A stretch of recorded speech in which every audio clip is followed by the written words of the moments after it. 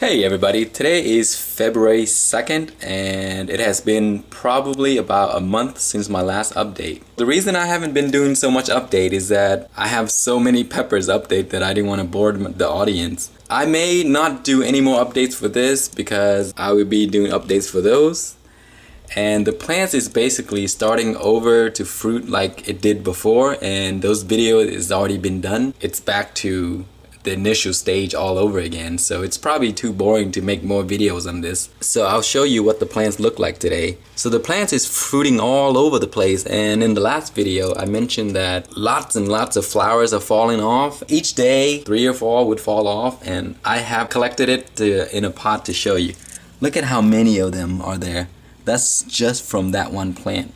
This is probably like 60 or 70 flowers in there that have fallen off of this tree. I don't know the reason for that. It could be temperature or it could be the nutrients mix. I'm still trying to test to see what works best, but because I switched to master blend, I really don't know how to do that. So I may switch back to general hydroponic and then mix more of the bloom and less of the grow. That way it can fruit and stop the growing process to see if there's any changes that would take place, that the flowers would not fall off as much. But really it doesn't matter because I have so many fruits on this plant, and it could be that because the plant is too small it just can't support all of those flowers. So let me show you what it looked like today. One of them has started to turn red. It's a small one. See that in there?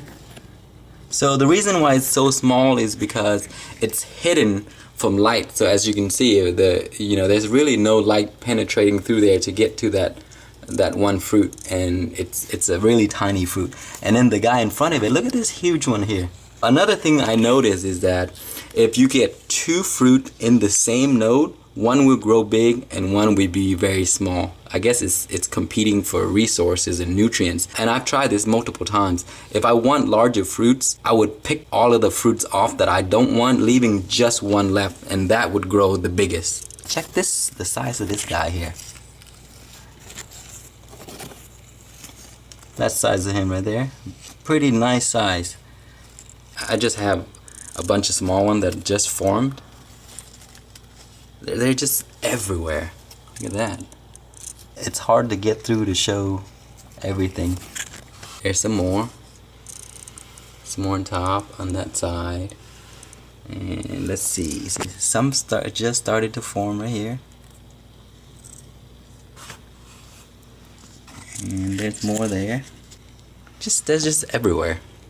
I'm really surprised how many fruits there are on just this little tree. And more are still forming. That one's about to die, this one here. It's just started to turn yellow. So that would fall off soon. Tons of fruits. Let's see, I think probably like 40 or 50 of them on just a small tree. So the advantage of growing these in such a small container is that it's very, very easy to move this around.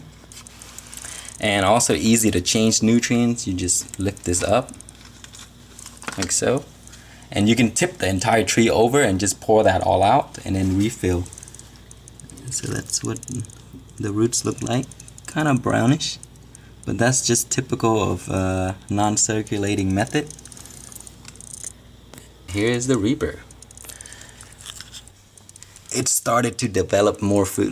Look at, there's just one, that guy over there that you saw in the last video. It looks pretty crazy and bumpy and really mean looking. Look at that.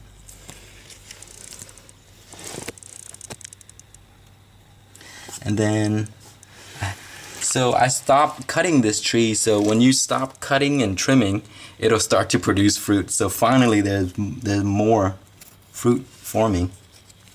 So this one's forming right there. And then I have another one somewhere. This tree is just so small, it's hard to find where the fruits are. And another unique thing about this plant is that the fruit is all on the underside of the plant. So you really have to lift it up to see what's down here. Oh, there it is right there. Let me show you. There he is. So it's very unique. If you look on top, you really don't see much of anything or any of the flowers.